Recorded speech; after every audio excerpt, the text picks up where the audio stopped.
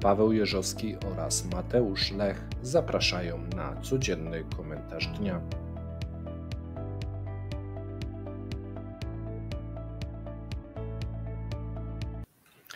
Dzień dobry, wybiła godzina 17, a więc witamy Was w te piątkowe popołudnie. Z tej strony Mateusz Lech oraz Paweł Jeżowski. Ubraliśmy się dzisiaj nie bez przypadku na szaro, gdyż na szaro zostali zrobieni Rosjanie, miliony Rosjanów, Pawle, i chcielibyśmy ten temat troszeczkę rozwinąć. Kiwi.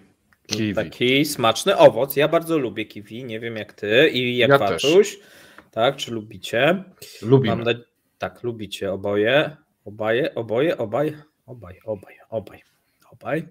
Tak. A może i oboje? Paweł, nie ma znaczenia. Dobrze. To może ja powiem, czym jest kiwi, bo nie wszyscy może wiedzą. Tak, nie wszyscy wiedzą, to nie jest, słuchajcie, owoc. Nie każdy oglądał twój poranny cep w dniu wczorajszym, bo może zobaczyli, że tylko ty jesteś, mówią, a to nie oglądamy, chociaż frekwencja była bardzo wysoka. Natomiast pojawił się problem z firmą technologiczną, która oferuje szeroki zakres finansowych i płatniczych usług, głównie to portfele cyfrowe, czyli możliwość przechowywania pieniędzy, płacenia za towary, płacenia za usługi online, offline. Portfele Kiwi są dostępne w różnych formatach, jako aplikacja mobilna, strona internetowa. Płatności online, czyli umożliwianie, przyjmowanie płatności online za pomocą różnych metod, kart bankowych, właśnie portfeli cyfrowych, przelewów bankowych, płatności offline, usługi finansowe, głównie działała w Rosji, Kazachstanie, Białorusi, Mołdawii, Rumunii, ale też nawet w USA i była notowana na giełdzie papierów wartościowych. Tak. Na Nasdaqu. Też. Tak, była, ale już nie jest od jakiegoś czasu. Główna siedziba firmy to Cypr. Jakiś czas temu, o tym mówiliśmy rano, firma cypryjska zdecydowała sobie sprzedać te rosyjskie aktywa, które stanowią jak gdyby większość. No i tutaj nad tą firmą ciążą różnego rodzaju od dłuższego czasu oskarżenia, że to jest firma, która jest często używana przez szary eksport, przez czarny rynek, przez przestępców do transferów, tak? Ponieważ ona działa na granicy systemów finansowych, systemów bankowych oraz reszty, tak nazwijmy. I to była ulubiona, jeżeli chodzi o Rosję, firma, dzięki którym można było sobie, na przykład jak chciałeś zainwestować w jakimś kasynie internetowym, to oni umożliwiali coś takiego. Jak chciałeś sobie jakąś platformę, kupować akcje, sprzedawać akcje, na przykład w Stanach Zjednoczonych, to przez nich można było. Wróżki pewnie korzystały, bo... Wróżki, tak, ale jak chciałeś sobie kupić kryptowaluty, to również można było. Dlaczego to jest istotne? Bo często na przykład jeżeli posiadasz kryptowaluty, no to ważny jest ten ostatni element, czyli kiedy wymieniasz te fiaty na kryptowaluty i odwrotnie. No bo masz kryptowalutę, no ale powiedzmy w większości wypadków tą kryptowalutą nie zapłacisz w sklepie, nie pójdziesz do spożywczaka, nie zapłacisz, nie kupisz pizzy, chociaż też są podobno takie przypadki, że można, ale ogólnie jest trudno. Jeżeli chciałbyś sobie coś kupić z internetu, no to też musisz z tego banku przelać na platformę internetową, a więc z naszego punktu widzenia to było takie połączenie. W Polsce jest kilka takich usług, nie ma chyba takiej dużej platformy, która umożliwia i zarówno przelewy na telefon, opłacanie telefonu, opłacanie mediów. Tam można było płacić też tak odpowiedniku rosyjskim Messengera, nie? Takie jakieś w kontakcie. W kontakcie, tak, czyli można nie, tak jak u nas mamy, że mam przelew na telefon, no to można było sobie zrobić przelew na innym konto społecznościowe. Duża, nowoczesna technologia dostępna. Tak, ja mam konto społecznościowe, powiedzmy, na kontakcie i chcę przelać na przykład Mateuszowi, niekoniecznie Lechowi, ale takiemu, który się podaje za Lecha, tak, i jest oszustem. I to było idealne do tego, tak? No bo nic nie trzeba było sprawdzać, tak? I te przelewy można było robić błyskawicznie, tak? No bo to tak jak z blikiem, nie? Że to za moment już jest. Bardzo zaawansowane rozwiązania technologiczne, ale jeżeli chodzi o nadzór, no to bank centralny miał z tym problemy od jakiegoś czasu, natomiast pamiętajmy, że sama platforma i sama firma istnieje od 2007. I tak naprawdę do kawał czasu, prawie 20 lat. Na tym rynku to jest długo. Budowała dużą liczbę aktywnych użytkowników, bo mówimy o ponad 20 milionach. Samych portfeli, słuchajcie, takich internetowych to jest 14 milionów. I to nie są tylko portfele Iwana i Nataszy, tylko to są portfele również firm, zarówno tych takich małych, bo bardzo popularna, jeżeli chodzi o mikroprzedsiębiorstwa, jak i również średnich. Ona też służyła do wymiany pieniędzy pomiędzy republikami WNP, czyli na przykład jeżeli z Rosji ktoś chciał przelać do Kazachstanu sobie pieniądze, to idealna platforma, nic nie trzeba było robić. Jeżeli trzeba było przelać pieniądze z Chin czy do Chin, to też dobra platforma, bo można było rozliczać się na przykład w juanach, tak, w rublach, sobie wymieniać to na bieżąco i tak dalej, i tak dalej. I sporo firm tych średnich korzystało ze względu, że tam były dosyć niskie opłaty. No tak jak każdy taki powiedzmy fintech, no tych opłat to nie były opłaty bankowe, one często były bardzo konkurencyjne i te przelewy były tańsze tak niż przelew taki tradycyjny bankowy, szczególnie w momencie, kiedy te zachodnie firmy wyszły, jeżeli chodzi o i zarówno transakcje kartowe, jak i te przelewowe. I tu bym wrzucił garść ciekawostek, gdyż powiedziałeś, że firma powstała w 2007 roku. Wielu z Was mogło w ogóle o niej nie słyszeć, no bo ona w Polsce nie była popularna, ale żeby sobie uzmysłowić skalę tego, o czym dzisiaj mówimy, to wyobraźcie sobie, że Blik istnieje od 2015, czyli w połowie istnienia Kiwi dopiero pojawił się Blik. Dodatkowo Blik, według tego, co przed chwilą sprawdziłem, ma około 12 milionów użytkowników. Kiwi miało 27 milionów użytkowników, więc mówimy o produkcie, który był większy, starszy i bardziej popularny od takiego I bardziej zaawansowany też trzeba sobie powiedzieć, tak, no bo my oczywiście jesteśmy dumni z polskich produktów, natomiast to był produkt technologicznie, można powiedzieć, nowoczesny, dobry, tak. Wygoda, zobacz, oni mieli ponad 100 000 punktów, takich kiosków, gdzie można było wszystko zrobić, wypłacić pieniądze, wpłacić pieniądze, opłacić rachunki. Tak. Bardzo wygodna rzecz, czyli przychodzicie, chcecie zapłacić, możecie zapłacić, chcecie wypłacić, możecie wypłacić, chcecie przelać, możecie przelać, tak, no wszystko jak gdyby w takim punkcie, tak, tym. Ja nie pamiętam, czy nawet nie było jakichś kredytów, nie udzielali, chyba też, tak, w którymś momencie. Wiesz, wydaje mi się, że tu tak szeroka gama jest, że takie rzeczy też pewnie robili. I to na przykład ciekawe, że nie trzeba było mieć często konta. Wiesz co, usługi biletowe, gry online i usługi informatyczne też były Kiwi. Tak, też Kiwi, czyli tak jak u nas mamy jeszcze te takie... jedno, bo ty mnie zapytałeś, czy lubię Kiwi, ale tam logo to jest ten ptaszek zagrożony wyginięciem, to ja chciałem powiedzieć, że ja nie jem ptaków zagrożonych wyginięciem, żeby nie było. I chodziło o takie zielone włochate. Okej. No Kiwi też włochate takie, ale nie wiem jak w środku wygląda, bo nie jadłem. Okej, to wybiłem cię z rytmu, przepraszam. Wacuś się pewniej poczuł, tak, widzę, że się uśmiechnął z tyłu, pozdrawiamy tutaj gąsiorka, ale idźmy dalej, tak, no bo co się wydarzyło? No wydarzyła się taka, wydawałoby się błaha rzecz, czyli Kiwi zostało pozbawione licencji bankowej. No i to tak, w sumie to tak trochę nagle, no bo niby oni tam mieli jakieś ostrzeżenia, ale te ostrzeżenia tak naprawdę jak na Rosję to nie były jakieś poważne. I tak z dnia na dzień wybuchła informacja bodajże 20 chyba, wybuchła informacja, że ta licencja została cofnięta. I być może się na tym by skończyło, no ale okazało się, że po tym jak licencja została cofnięta, to system płatności przestał działać. I teraz wyobraźcie sobie, że to spowodowało szereg problemów, jeżeli chodzi o takich zwykłych Rosjan, szczególnie jeżeli chodzi o te duże miasta, no bo powiedzmy sobie, jeżeli chodzi tam Gubinkę, no to kto tam płaci przez Nie byli internet? użytkownikami Kiwi, byli użytkownikami Poczty Rosyjskiej, która tak, pewnie... Tak. Dokładnie tak, dokładnie tak.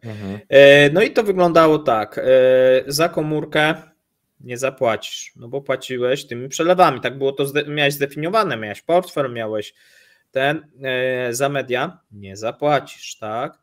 Za bilety jakieś tam miesięczne, coś tam nie zapłacisz. No, wszystko jak gdybyś było skonfigurowane, że te płatności, tu u nas mówiłeś o bliku, nie? No ale to trochę tak jak połączenie blika, jakiegoś payu czy przelewy, czy coś tam, nie?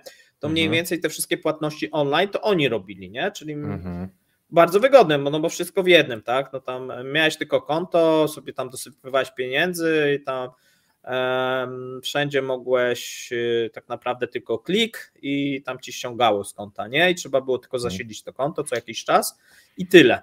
Ja wiesz co, wydaje mi się dwie rzeczy jeszcze, bo powiedziałeś takie bilety i tak dalej, to są błahostki, no w razie czego wyjmiesz sobie kartę z bankomatu albo zapłacisz gotówką, ale wyobraź sobie sytuację, że rodzice wspierają dzieci, gdzieś studentów daleko, to raz. Przelewy, tak. Przelewy. Tak. Inny temat, prowadzisz biznes i importujesz rzeczy z Chin tak. Czy z Kazachstanu, wiesz, z Kazachstanu też, tak. Import równoległy cały przecież. Tak, oczywiście, cały szara strefa, szary import równoległy. Bardzo często tam były właśnie te przelewy Kiwi. I to akurat bardzo zaskakuje, nie? No bo ale to Rosja, nie? Ale bo wydawałoby się, że wiesz, że to spowoduje no duże utrudnienia, jeżeli chodzi o to, co trochę też tak spajało i trzymało tą Rosję, czyli ci drobni, wiesz, wahadłowi, kombinatorzy, trochę złodzieje, trochę przestępcy, trochę legalni. To ja się teraz... I oni wszyscy, wiesz, korzystali z tego systemu, no i teraz no to słuchaj, no to jak omówiliśmy jak to działa, no to jestem takim sobie chłopkiem roztropkiem na granicy po prostu rosyjsko-kazachskiej, zakładam Kiwi, w danych podaję dane, że jestem Kazachem, bo pewnie to jest tak, że możesz, no i sobie robię te przelewy, trzymam na tym wirtualnym portfelu, no to skarbówka się za bardzo nie ma do mnie jak doczepić, bo oficjalnie nie ma tych pieniędzy w kraju. Operuję cały czas sobie na rynku kazachskim, te jaja jeżdżą mi w lewo, w prawo, wymieniam na olej silnikowy. No i tu poruszasz pewien z elementów, dlaczego oni być może, bo jest kilka tropów, zostali skasowani. No bo tak to należy traktować. I jak to wygląda na dzień dzisiejszy? Na dzień dzisiejszy, ponieważ spółka jest notowana na giełdzie, my będziemy ten materiał puszczać w piątek, nagrywamy w czwartek bardzo późnym wieczorem. Zobaczymy, co będzie w piątek, ponieważ tu mamy taki roller coaster, czyli fałszywe informacje mieszają się z dobrymi fałszywe informacje mieszają się z prawdziwymi informacjami. A dlaczego się mieszają? No bo firma w tym momencie wszystko wskazuje, że bankrutuje, chyba że faktycznie jakiś cud się zdarzy. No ale ludzie, którzy posiadają akcje, chcą wierzyć w te cudowne informacje. Ale ja jako ten chłopak roztropek na granicy rusko-kazachskiej nie za bardzo bym wierzył. To poczekaj, zaraz do tego dojdziemy. Na razie wiesz, powiedzmy jak to wygląda. Pierwszego dnia była mała reakcja, drugiego dnia jak już się okazało, że systemy stanęły, no to na giełdzie minus 50, potem wieczorem nagle cudownie plus bodajże 30 i potem taki roller coaster, tak, góra-dół, czyli tak, fałszywa informacja, bardzo często góra, potem prawdziwa dół, fałszywa góra i tak dalej. No widać, że ktoś próbuje się pozbywać tych akcji, no i gdzieś te informacje... Uda nam się, a tu mamy trochę naszych akcji, jakbyście chcieli, w ten sposób. Tak, no ale wiesz, ty posiadając te akcje bardzo często czytasz, tutaj jakiś fundusz wejdzie, uratuje. Znaczy podaję przykład, tak, już nie chcę do tego Kiwi uderzać mocno, jakie tam były informacje, żeby nie publikować tych fałszywych, ale że ktoś tam kupił, że ten co przejął to jest znany oligarcha, no i w tym momencie akcje w górę, nie? Tu, że za moment te serwery zaczną działać, no i akcje w górę. Potem się okazuje, że nie spełniło się i akcje serwery mają plomby, zostały zapieczętowane i zabrane, tak? Tej firmie, z tego co kojarzę. Chyba... Zabrane nie zapieczętowane. Zostały, że tak powiem, znaczy chyba też nie skonfiskowane, zostały zamrożone. Chyba to będzie najlepsze sformułowanie. Zabezpieczone. Na czas śledztwa. Tak, na czas jak gdyby wyjaśniania informacji, dlatego że firma jest oskarżana o pranie brudnych pieniędzy i bank centralny dlatego, ale to jest Rosja. Wiesz, dzisiaj jesteś oskarżony o pranie brudnych pieniędzy, a potem się okaże, że oskarżenia były fałszywe, nie? I tam, tu wszystko jest możliwe, tak żebyście dobrze zrozumieli. I może wystarczy, że to przejdzie w ręce kogoś, kto nie może być oskarżony o pranie brudnych pieniędzy. Na przykład, tak, bo tutaj mamy tą sprzedaż przez tą cypryjską spółkę matkę, a bardzo dużo mówi się o tym i na tym się też buduje nadzieję, że tą transakcję się anuluje i być może ktoś inny przejmie firmę i wtedy już nie będzie. Tak, już wtedy będzie. Została sprzedana nie temu człowiekowi w tym momencie. Tak, z grubsza. No, takie są teorie, tak, ale tak jak mówię, to jest Rosja i może się okazać, że nowy właściciel, który to przejmie, da swój szyld, no przykładowo na przykład przejąłby jakiś to z banków dużych, dałby swój szyld, no i wtedy te akcje będą coś warte. No a jeżeli się to tak nie stanie, no to te akcje będą mniej warte, nie? Prawdopodobnie ktoś wcześniej czy później kupi, ale pytanie jest, bo technologia jest, rozwiązania są dobre, know-how jest dobry, tylko podpadli. No, ale właśnie, czy Kiwi nie zdechło? W sensie, no jako brand zdechło, no bo teraz jeżeli sobie no ale to zmienisz brand, zrobisz tam co oni tam robią? Ruskiwi. Nie no, Rusnat, Ruspay. Ruspay, czy na przykład taka, że po angielsku i tak. No Ruspay, zrobisz nową markę, wykorzystasz wszystką, całą ten know-how i technologię Kiwi, ale już będzie inaczej obrędowane i będzie spoko. Tak, nic nie trzeba za bardzo zmieniać, te serwery być może nawet można odzyskać, te konta można odzyskać, nie? Coś tam uszczuplisz. Przy przejęciu niestety wyparowało 80%. No, tak, ale zatrzymaliśmy już winnych, wiesz. Tak. I oni tam i teraz już będzie dobrze. Tak, już teraz za szkłem. Komisarze są za szkłem, za pleksą będą, tak, wiesz, no, tak. Kolonia karna i tak. Bo teraz tak, mówiąc o Kiwi, ja będąc tym chłopkiem roztropkiem, który pracował i prowadził ten biznes, dowiaduję się, że przestaje mi to działać. Ja musiałem zapłacić za te oleje, które miały mi przyjechać. Tak. I te oryginalne. Nie mogę. No. Tak, no bo muszę też sprzedać te fałszywe faktury, muszę mieć. No i w tym momencie tracę zaufanie mocno do tej marki. Jeżeli te pieniądze znikną, albo jeżeli nie będę mógł się dostać do nich, no to tak jak mówimy, ta marka już najprawdopodobniej nie będzie istnieć. Know-how może zostać przejęte i zostanie to znacjonalizowane najprawdopodobniej, a dodatkowo... Nie wiesz. Czekaj. Nacjonalizacją to za szybko. I zostanie wprowadzony nadzór nad tymi przelewami, tak jak nad kryptowalutą. Tak. Zostanie wprowadzony nadzór. To takie.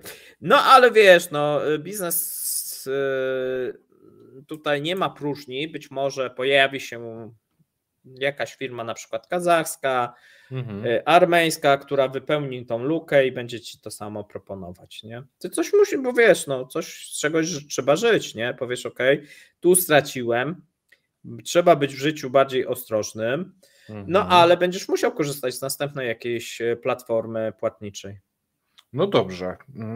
No to co teraz? Bo rozumiem, że teraz będzie taki tydzień, dwa, miesiąc, dwa chaosu. Tak, kolejnego chaosu, bo już Chiny wstrzymały transakcje bankowe. Znaczy tam wiesz, tak, tam jest trochę jeszcze inaczej, bo tak, Kiwi no to jest system płatności, mamy też konkurencyjne systemy płatności, które nie są popularne albo mało popularne w Rosji, ale są. To tak jak też w Polsce są, nie tylko mamy 2 systemy płatności, mamy więcej, no ale one są mało popularne, no i ponieważ ten główny padł, no to te inne będą wtedy mogły wejść na rynek i pewnie ten rynek, tego rynku część zdobędą. Wydaje się, że ktoś przejmie tą platformę w jakiejś formie. Pytanie jest, wiesz, jak mocno ona upadnie, do którego momentu doprowadzimy, że ktoś już zaufany i ten, który ma odpowiednie koneksje, przejmie i powie, to już teraz się nie nazywa tam Kiwi, znaczy no, nic nie będzie mówił, tylko wprowadzi, powiedzmy za miesiąc zobaczysz nowy system jakiś rosyjski, który... Twoja aplikacja wymaga aktualizacji, po zaktualizowaniu zmieniło się szata graficzna, logo, ale masz te same funkcje na przykład. Może też tak być, może nawet tak być chamsko, że przejmą, tak też może być, jak ty mówisz. Bo to by było w sumie najłatwiejsze zdobycie rynku, nie? Wtedy. Tak. Więc ja bym tak obstawiał, ponieważ no firma coś jest warta, tak? To nie jest tak zupełnie, że jest nic nie warta, no ale to jest znowuż jest Rosja, nie wiemy jak to będzie. Nie wiemy też do końca, co stoi, bo trudno uwierzyć, że za likwidacją tego systemu stoi pranie pieniędzy, bo tu część nawet użytkowników i widzów tak sugerowała. Tylko to, że pieniądze wypływają z Rosji, no to i tak będą wypływać za pomocą, jak nie tego systemu, to innego. Że za pomocą tego systemu sporo pieniędzy wypłynęło z Rosji, no tak, ale jak zmienimy system, to nie będą wypływać, no bo my nie likwidujemy przyczyny, tak? To jest, ten system ale jest tylko narzędziem. Ale może zlikwidować wszystkie systemy? Powodzenia. No, wiesz. Nie, no to jeżeli tak będzie, to nie będzie żadnego systemu, tak? No to będzie tylko poczta rosyjska, nie? No jak tak, wiesz, w tym kierunku idziemy.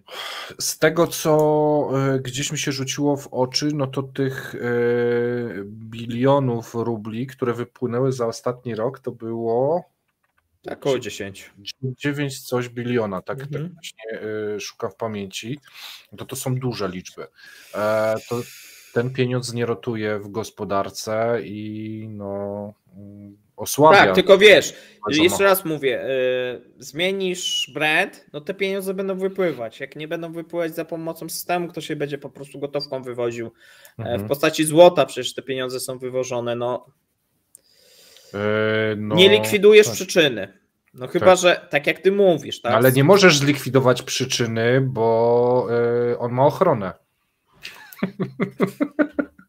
No, tak naprawdę mówiąc w skrócie, to tak, bo to władza kieruje Rosjan w tym kierunku, nie? Tą gospodarkę rosyjską, więc to jest przyczyna numer 1. No tak, no ale wiesz, walka jak gdyby z tym, że masz system płatniczy, który ci umożliwia transfer tego za granicę, no wiesz, skoro umożliwia ci w jedną, to umożliwia ci często w drugą stronę, tak to najczęściej te systemy działają. Tu chciałbym poruszyć temat tego, że gospodarka w dużej mierze rosyjska działa na tym szarym eksporcie, wiesz, imporcie, eksporcie. No to jest problem. Wiesz, oni mogą nie wiedzieć, ale ten chłopek roztropek, który ma tą małą firmę, to on im w tym bagażniku tej swojej łady przewoził procesory, wiesz, przez granicę i rozliczał się w Kiwi.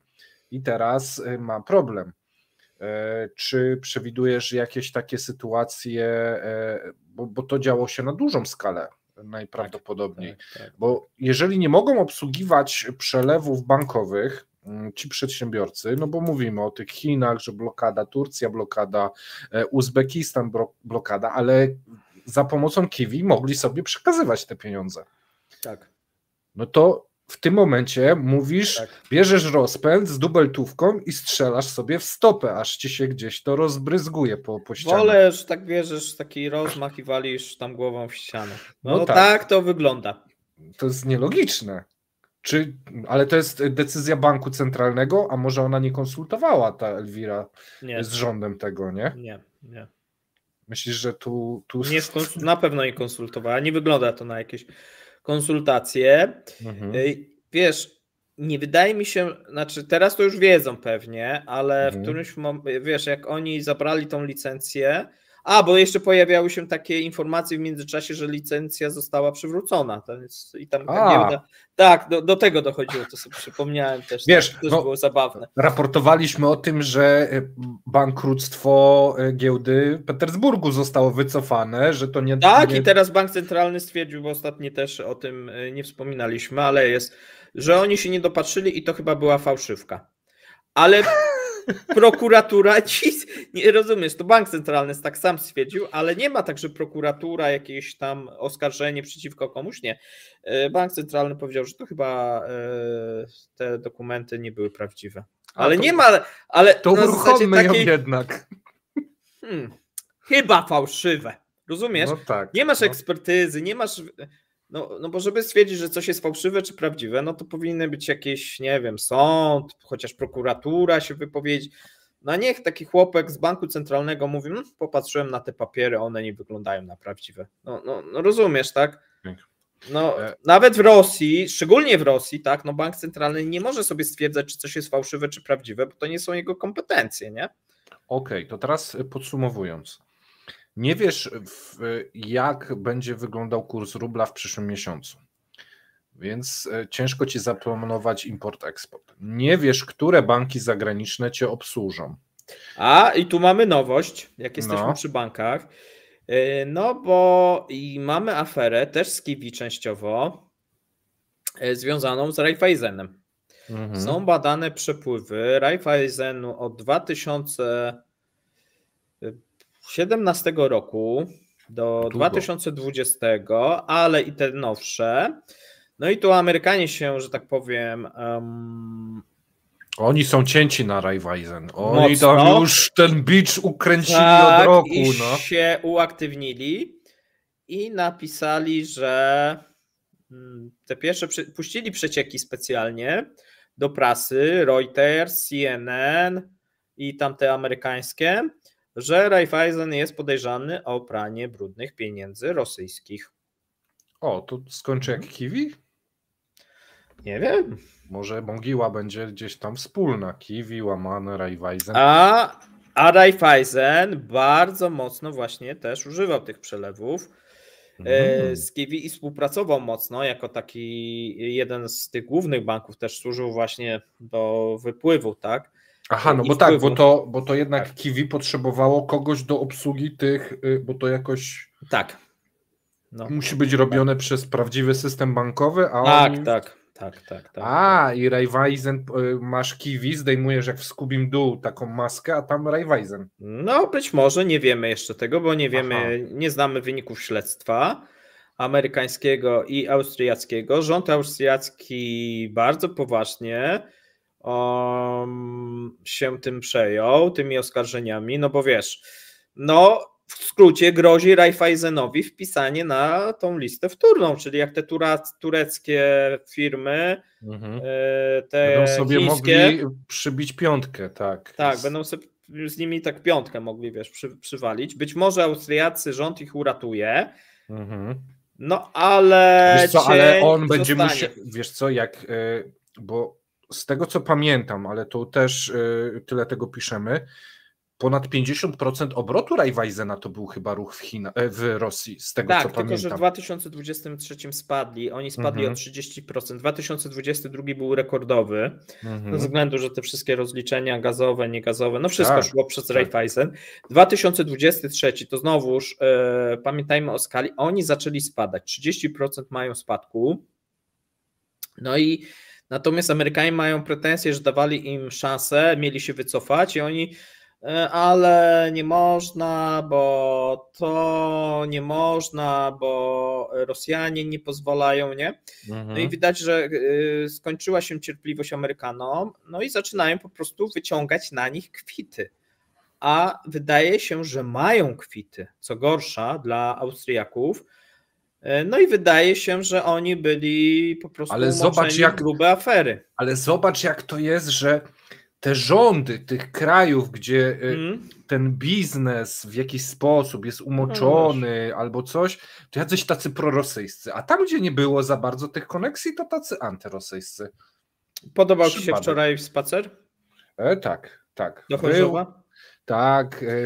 No to teraz widzisz, to teraz rozumiesz, tak? No wiesz, no to wygląda tak, że jeżeli masz co zaoferować, a Rosjanie, no komu mają zaoferować? No tym firmom właśnie austriackim, niemieckim, włoskim, francuskim, no ale już firmom z Wielkiej Brytanii to już mniej, a więc tak, firmy węgierskie tak, no ale już firmy z Łotwy już gorzej i tak dalej, i tak dalej. Swoją drogą bardzo ciekawe teraz to, co parlament łotewski przegłosował, czyli żeby wprowadzić embargo na produkty spożywcze.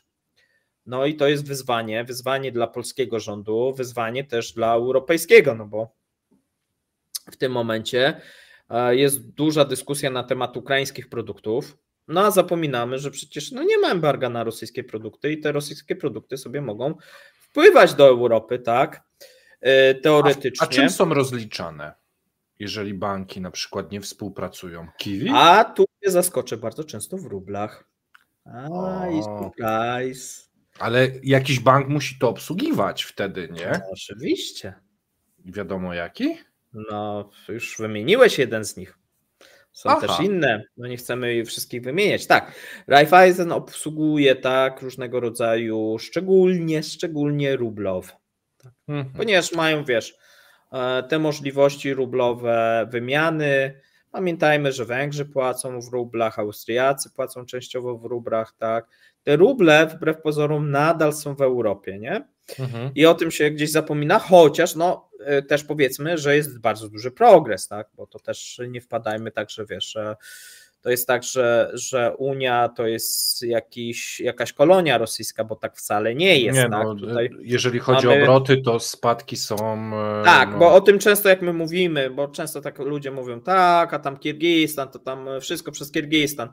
No ludzie, ile wszystko przez Kirgistan, tak? Kirgistan robi, jak zrobi miliard, tak, obrotu w jedną stronę, to wszystko, w drugą stronę robi $0,5 miliarda. No tam po prostu to trochę tak jak macie małego szczeniaczka, no więcej tam tego jedzenia się nie wejdzie, tak? No. Nie pchaj szczeniaczków, Paweł. No ale tak, no nie da się więcej go tam obtuczyć, tak, jeszcze troszkę samochodów od Francji. Tak, od Francji, chociaż te nasze weź, tak, nie, już jesteś gruby, no ale dasz radę. No nie da się, tak, słuchajcie. Ale nie? to, czekaj, bo odbiegliśmy od tego Kiwi i tych przedsiębiorców, bo mnie to interesuje. Tego rubla nie znasz, nie wiesz, czy ci banki obsłużą, zwłaszcza miałeś może, wiesz, Raiffeisen, a tam teraz jest krucho. No, na zachód możesz mieć bana, no. Tureckie, ban, chińskie zaczynają się obracać i wytracasz teraz jeszcze Kiwi, no to kurczę, jak ty się teraz będziesz rozliczał? Jakoś znajdziesz. Teraz jeszcze nie wiesz, ale za pół miesiąca zadzwoni do ciebie kolega, powie, słuchaj, ja mam tu taką firmę. No tak, ja bym takim kolegą był, co by dzwonił i mówił, że mam taką firmę. No będzie trochę, będzie trochę tych fałszywych. A ja na Kanarach, jako ten taki, co przejeżdżał przez tą granicę. Czyli jedziesz ze mną na te Kanary, dobra. Wiesz, zgarnąłbym i bym gdzieś zniknął, no bo też się pojawią. Będą tacy, no ale będą tacy, co będą prawdziwą usługę oferować wcześniej czy później, bo tu rynek zweryfikuje, tudzież... Tak, ale każda taka zmiana to tworzy się pole do popisu dla oszustów. To jest takie klucz, zwłaszcza w Rosji. Tam przecież... Ale no w Rosji zobacz, ile masz tych oszustów, przecież to tam masz jakieś rekordy, no masz te dane z banku centralnego. No więc skoro oni oszukują, wiesz, emerytów, No to takiego przedsiębiorcy nie oszukają. Który stracił możliwość rozliczania towarów. No przez ale granicę emeryt ile ma pieniędzy, a ile ma przedsiębiorcy, tak, który musi na przykład, wiesz, spieniężyć towary z Chin, czy w drugą stronę, tak, no to jeżeli do niego zadzwonisz, słuchaj, ja mam tutaj taki super genialny, tutaj korzystał z tego twój kuzyn, coś tam, no. Tak, przez 2 miesiące pokorzystają, rozkręcą, a później zawiną interes. No na przykład, nie? No, tak. Takie, wiesz. Ciężko być przedsiębiorcą w Rosji, tak sobie myślę. No, musisz mieć oczy z każdej strony, uważać. Ale i kreatywność, powiem ci. Dlatego też oni, wiesz, wielokrotnie mówiłem, oni mają ten naturalny już, nawet nie wrodzony, tylko taki wyuczony dar do przystosowywania się, tak? Tak. I to też jest chyba coś, co Zachód nie docenia, czyli wiesz, oni nakładają sankcje i myślą, a tamtego, nie? Co tam starczy, nie? A potem ten przedsiębiorca przez tam 3 firmy, nie? Jakoś sobie to radzi i sprowadza sobie te chipy, nie? A normalnie by pewnie machnął ręką, powiedział, dobra, to tam ja idę, będę się teraz jogę ćwiczył i tam coś, nie? Tak, w Rosji idę na emeryturę już. Tak. A w Rosji nie. Ja sam nie doceniałem tej pomysłowości Rosjan, bo obserwujemy często, jak spadają z rowerka, ale spada na przykład jedna firma, a 3 wyciąga wnioski i jedzie dalej, nie? To też jest takie kwestia, ile będzie spadało w stosunku do tego, ile będzie jechało. Tu na razie jest Konstans? Może nie Konstans, więcej spada niż Więcej spada, bo jeżeli popatrzymy na tych właśnie... Ale nie chcą spadać tak szybko, jakby wszyscy chcieli, nie? No nie, wiesz, oczekiwania są takie, że wiesz, oni pospadają, powiedzą, pospadaliśmy, przepraszamy, panie Władimirze, tam tą wojnę trzeba bo my strasznie pospadaliśmy, się obiliśmy i jesteśmy. No. Tak, nas dupa boli, proszę, bo będzie bardziej boleć, pan coś zrobi, żeby tak nie było. No tak nie będzie, już wielokrotnie mówiliśmy, że to tak nie działa. To będzie długi ciąg równi pochyłej, ale... Tak, punkty krytyczne są, ale nie w takim wyobrażeniu jak takich naszych chłopków, roztropków, że osłabia i w którymś momencie to się przekłada i oni mówią, gospodarka już się ma za słabo, to nie będziemy już produkować tego uzbrojenia i nie będziemy wysyłać tych czołgów na front, bo nam gospodarka się zbytnio osłabiła. To tak nie będzie, nie? To będzie tak, jak teraz widzimy, że tak, produkcja amunicji cały czas kuleje, tak? Dostawy amunicji się zmniejszają na front, tak? No i to nie jest tak, że my sobie coś tam mówimy, tylko takie są dane, tak? Ilość wystrzeliwanej na przykład amunicji w stosunku do początku konfliktu systematycznie się obniża, tak? Mamy oczywiście czasami jakieś wahania, tak? No ale to o tym mówiliśmy na przykład z Markiem Kozubelem. Jak się porównuje, no to widzimy, że jest słabiej. Jak porównujemy sprzęt, który jest wysyłany, no to widzimy coraz większą prymitywizację. Jak porównujemy wyposażenie żołnierzy, to widzimy, że coraz jest gorzej. Jak porównujemy też jakieś elementy, liczbę osób, które giną, no to tu akurat różnie, raz jest więcej, raz jest mniej. Natomiast no widzimy, że cały czas ten konflikt bardzo dużo pochłania i zarówno istnień ludzkich, jak i zasobów Federacji Rosyjskiej i cały czas jest gonienie króliczka, a nie jak niektórzy próbują wmówić, bo tak pokazują dane, tak? Sprawdźcie sobie dane, jaki mamy zużycie amunicji na froncie, tak? Po stronie rosyjskiej, tak? Jak było na początku, jak jest teraz, tak? Jakie są sprzęty używane obecnie na froncie, jak wygląda artyleria i tak dalej, jak wygląda amunicja precyzyjna. A więc widzimy, że tu jest coraz słabiej, czyli ta armia rosyjska, po stronie ukraińskiej też mamy pewne minusy, ale to trochę inaczej się przedstawia, bardziej skomplikowany sposób, bo tu mamy takie pomieszanie osłabienia z tymi elementami związanymi z pomocą zachodnią, która tak trochę faluje, Raz jest, raz nie ma, potem jest, potem nie ma. Trochę jak przelewy w Rosji. Tak, natomiast w przypadku armii rosyjskiej, no to widzimy z grubsza coraz większe dziadzienie tej armii, tak?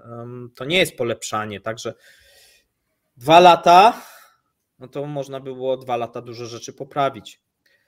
Widzimy pewne rzeczy, które poprawiają, natomiast nie widzimy tego moim zdaniem na froncie. Okej. Znowu odbiegliśmy od Kiwi, ale myślę, że Kiwi zakończyliśmy. No bo tu co więcej możemy powiedzieć. Prawdopodobnie ta zbankrutuje, być może ktoś ją kupi, być może będzie rebranding. W tym momencie stworzono chaos i dosyć paniczne ruchy wśród społeczeństwa, bo to jednak oni widzą, że coś się dzieje niedobrego. Te portfele poblokowane, te środki różne tam mogły być. No tak, milionów portfeli, jak tylko wiesz, mieli po równowartość $10, no to już jest spora kwota. No, myślę, że to średnio wyszło więcej. No. Myślę, że wyszło więcej i myślę, że trzeba by liczyć tutaj tak kilka miliardów nawet dolarów. Więc jak znika z tego rynku też kilka miliardów dolarów, poza tymi, które już wypływały, poza tymi inwestycjami, które nie płyną, poza dochodami, które spadają z ropy i gazu, to się wszystko kumuluje i no to są takie małe kamyczki, które staramy się Wam przekazać. Natomiast tak jak wielokrotnie mówiliśmy, my nie jesteśmy w stanie często określić, kiedy, chyba aż takiego mądrego to nie ma, kiedy nastąpi jakiś punkt krytyczny i przesilenie, bo czasami przesilenie może się okazać z jakiejś błahej przyczyny, tak, a my tego w tym momencie jeszcze nie obserwujemy i nie widzimy, ale pewnie kiedyś to nastąpi.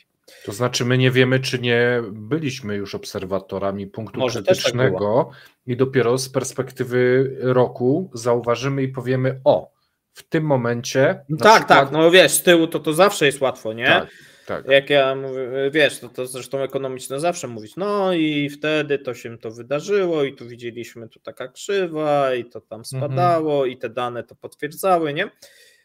To jest łatwo, wiesz, wyzwaniem jest powiedzieć coś, czego nie wiesz, tak? Czyli w tym momencie czegoś nie wiemy, coś jesteśmy w stanie Wam dostarczyć i to staramy Wam powiedzieć coś, czego się nie dowiecie z mediów głównego nurtu czy z innych mediów, coś, co się tylko u nas dowiecie, co wynika z danych, co wynika też z naszych prognoz i analiz. Tak. Jeżeli macie coś do dodania lub jakieś pytania, pozostawcie w komentarzu. Dzięki, Paweł. Myślę, że to jest fajny odcinek, bo to jest zupełnie o czymś, o czym nie rozmawialiśmy. Rzadko rozmawiamy o kiwi w programie, więc myślę, że banany już były, teraz jest kiwi. Kremlinka Show będą owocowe czwartki. Dziękujemy. Soboty. Tak. Trzymajcie się. Hej. Cześć.